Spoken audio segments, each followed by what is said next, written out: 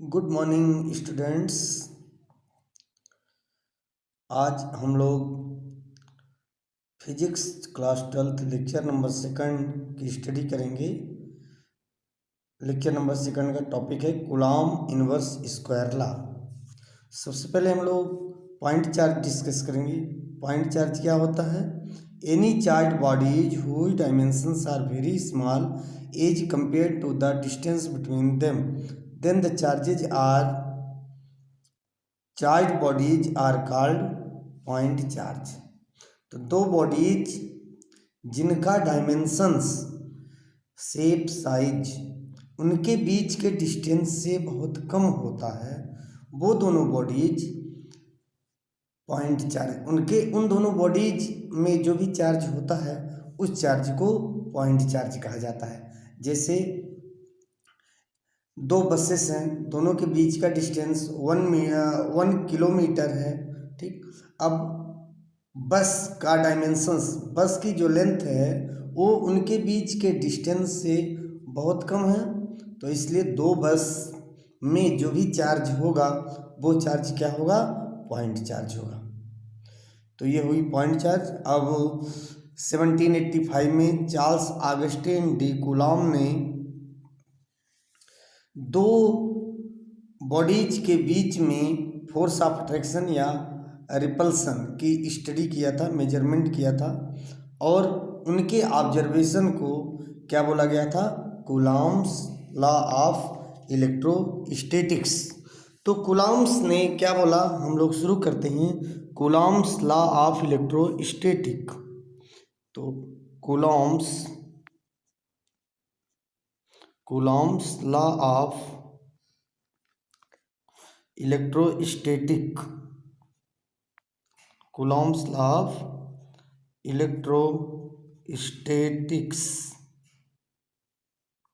Statics. तो Coulomb's ने क्या बताया कि मान लीजिए कि एक चार्ज यहाँ है, एक चार्ज यहाँ रखा है, दोनों पॉइंट चार्ज हैं, और इन पॉइंट चार्ज के बीच का डिस्टेंस अगर r है, suppose this charge is nothing but q1 and this charge is nothing but q2, और इनके बीच में फोर्स, एक तो ये इधर से इधर भी लग सकता है, दूसरा फोर्स इधर से इधर भी लग सकता है।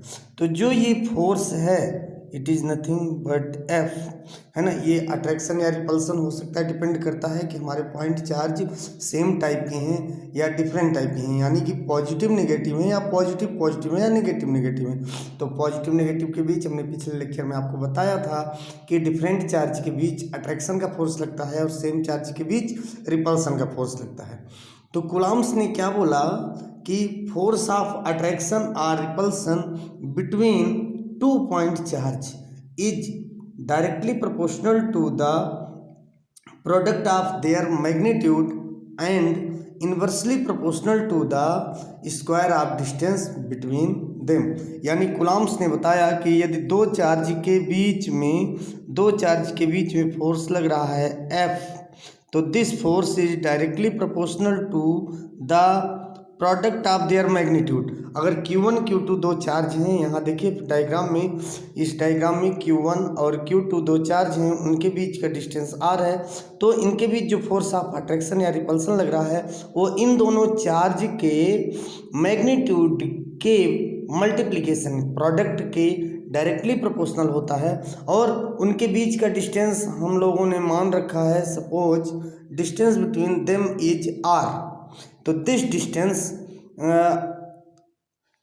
R, then force is inversely proportional to the square of distance between them।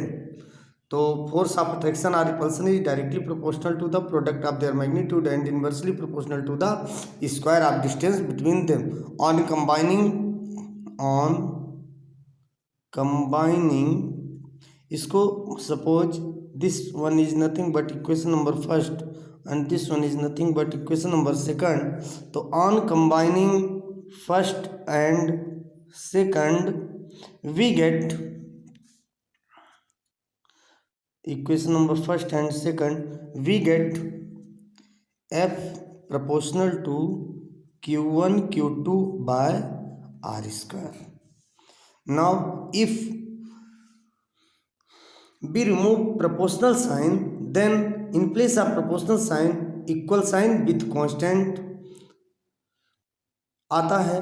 तो यहाँ पे हम प्रोपोर्शनल साइन को हटाएंगे तो f इक्वल टू एक के आ जाएगा proportionality constant Q1 Q2 by r square, where k is proportionality constant.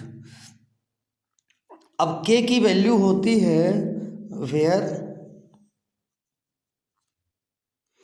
k equal to 1/4 pi epsilon not for air and k equal to 1/4 pi epsilon not epsilon r for any medium. ठीक, तो epsilon not epsilon are को एक साथ epsilon भी बोलते हैं, है ना। तो यहाँ पे हम लिख देते हैं epsilon equal to epsilon not epsilon r. तो हम in place of epsilon not into epsilon r epsilon भी बोल सकते हैं। And epsilon is called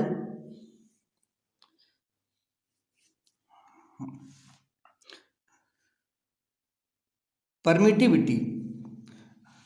Epsilon is called permittivity, epsilon naught is called absolute permittivity and epsilon r is called relative permittivity of material। और air के लिए epsilon r की value 1 होती है।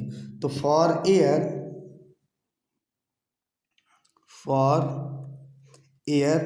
epsilon r equal to 1, epsilon r की value 1 होती है air के लिए। तो इसलिए एयर के लिए k की वैल्यू हो जाती है 1/4 pi epsilon not. So k equal to क्या आ जाएगा f। अगर हम k की value 1/4 pi epsilon not put करें तो f इक्वल टू आ जाएगा 1/4 pi epsilon not Q1 Q2 by r square. और फोर्स की यूनिट होती है न्यूटन एसआई सिस्टम में, तो ये आ जाएगा न्यूटन और ये हो जाएगा कूलॉम इनवर्स स्क्वायर लॉ। ये आ जाएगा Coulomb inverse square law. F equal to 1/4 pi epsilon not Q1 Q2 by r square newton. अब फॉर एयर एसआई सिस्टम में, फॉर एयर यहाँ ऊपर लिख लेते हैं in SI system, in SI system for air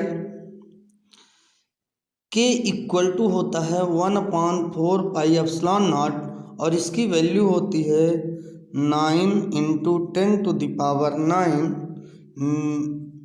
Newton metre square पर coulomb square. 9 × 10⁹ newton metre square पर coulomb square. कैसे आया न्यूटन मीटर स्क्वायर पर कूलॉम स्क्वायर?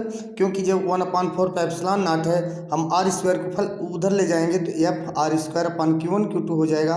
एफ की यूनिट न्यूटन, आर की यूनिट मीटर, तो न्यूटन मीटर स्क्वायर अपन Q1 की यूनिट कूलॉम, Q2 की यूनिट कूलॉम, तो न्यूटन मीटर स्क्वायर पर कूलॉम स्क्वायर हो जाएगा।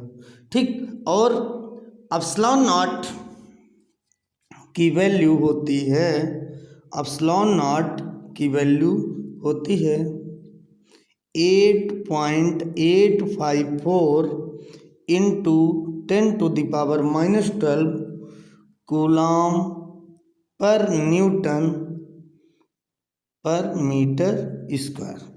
एप्सिलॉन नॉट की वैल्यू होती है कूलॉम पर न्यूटन पर मीटर स्क्वायर।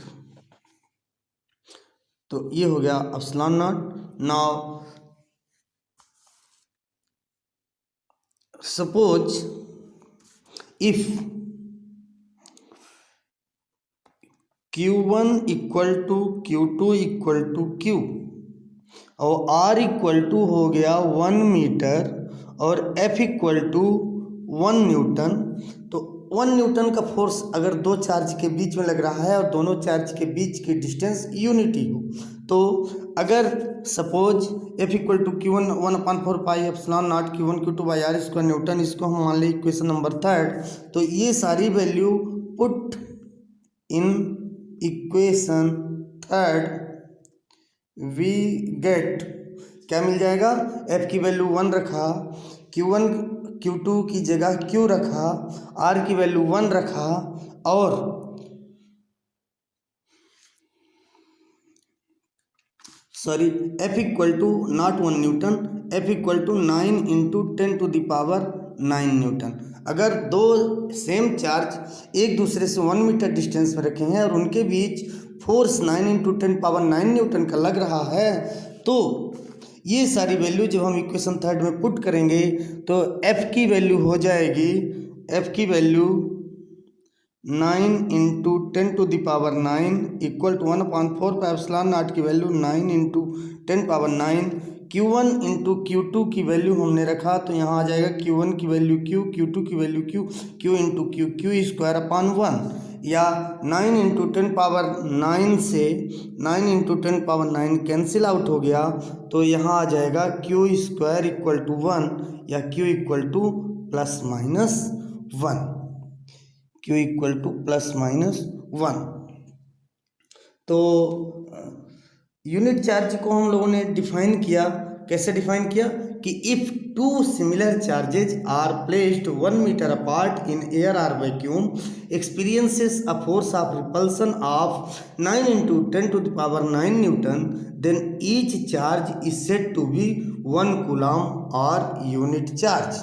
यदि two same charge Q1 Q2 equal to Q है, इक्वल मैग्नीट्यूड के हैं और दोनों एक दूसरे से 1 मीटर डिस्टेंस पे प्लेस्ड हैं और उनके बीच फोर्स ऑफ रिपल्सन, क्योंकि सेम टाइप के चार्ज है ना, तो इसलिए दोनों के बीच force of repulsion 9 into 10⁹ newton का लगता है, तो उस चार्ज को यूनिट चार्ज कहा जाता है।